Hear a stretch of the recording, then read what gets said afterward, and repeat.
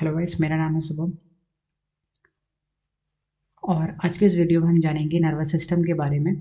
तो basically nervous system हमारे शरीर में हमारे सोचना, समझने और विभिन्न अंगों के मध्य समन्वय, हमारी चेतना, हमारी याद रखने की क्षमता को नियंत्रित करता है। सोचना और समझना तो ठीक है। समन्वय को हम समझ सकते हैं कि जैसे कि हम चलते चलते हमें रास्ते में कोई खड्डा दिखता है, तो हम खड्डे को आंखों से देखते हैं, हमारा मस्तिष्क एनालाइज करता है और हमारे पैर उस खड्डे में जाने से रोक देता है। तो ये हुआ समन्वय हमारे शरीर के विभिन्न अंगों के बीच। तो समन्वय हुआ।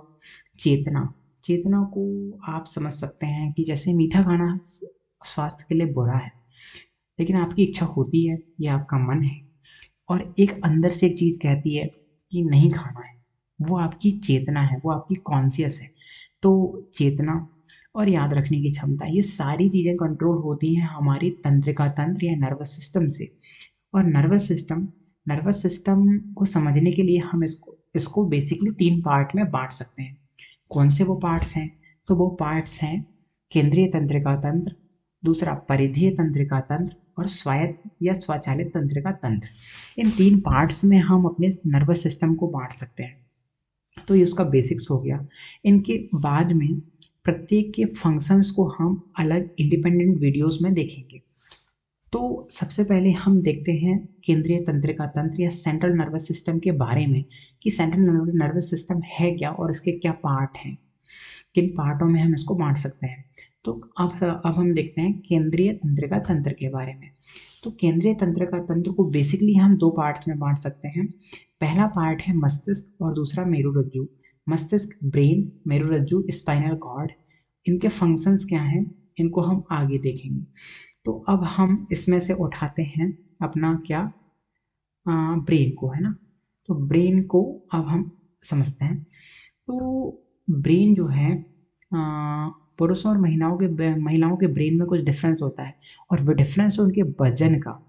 महिलाओं के ब्रेन का वजन लगभग 1300 ग्राम होता है, पुरुषों के ब्रेन का वजन 1400 ग्राम होता है। इसमें वेरिएशन लगभग 100 ग्राम्स का होता है।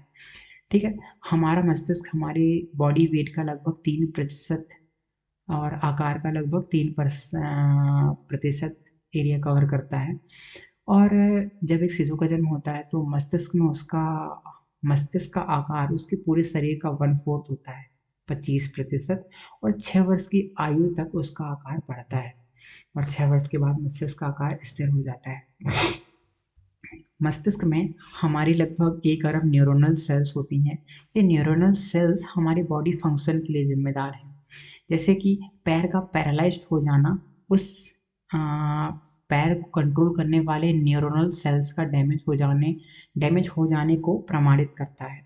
अगर ब्रेन में न्यूरोनल सेल जो कि पैर को कंट्रोल करती हैं वो डैमेज हो जाएंगी तो आपका पैर पैरालाइज हो सकता है। तो ये चीज़ें हैं, इस तरह से वो न्यूरोनल सेल हमारे पूरे शरीर को पर कंट्रोल रखती हैं, है ना। तो सबसे बड़ा जो मस्तिष्क होता है वो है क्रोमैग्नम का। ठीक है। ये सारी बेसिक जानकारियां हैं जिनका एग्जाम से सीधे कोई वास्ता है नहीं। यहाँ से क्वेश्चन बहुत कम ही आएंगे क्योंकि ये बहुत बेसिक है। आपसे क्वेश्चन पूछे जाएंगे यहाँ पर से, कहाँ पर से, सॉरी, क्वेश्चन पूछा जाएगा ब्रेन की इनसाइडर टर्म्स से। ठीक है। तो इनसाइडर टर्म्स कौन सी हैं, जैसे कि हम देखें तो हम्म, हमारा ब्रेन है, तो ब्रेन के ऊपर कुछ लेयरिंग्स होती हैं, लेयर्स होती हैं। इसलिए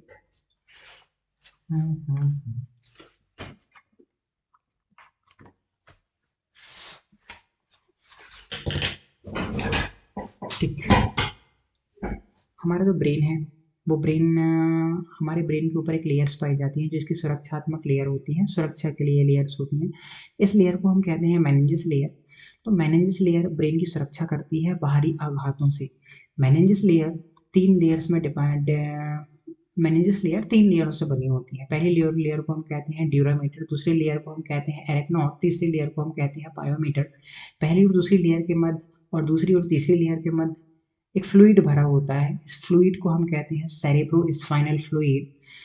तो सेरेब्रो स्पाइनल फ्लूइड कहते हैं। हमारा मस्तिष्क बीच से मस्तिष्क में बीच में एक दरार होती है, मतलब वो दो भागों में बटा होता है, और बीच की दरार को हम कहते हैं कार्पस कैलोसम। क्या कहते हैं? Corpus callosum.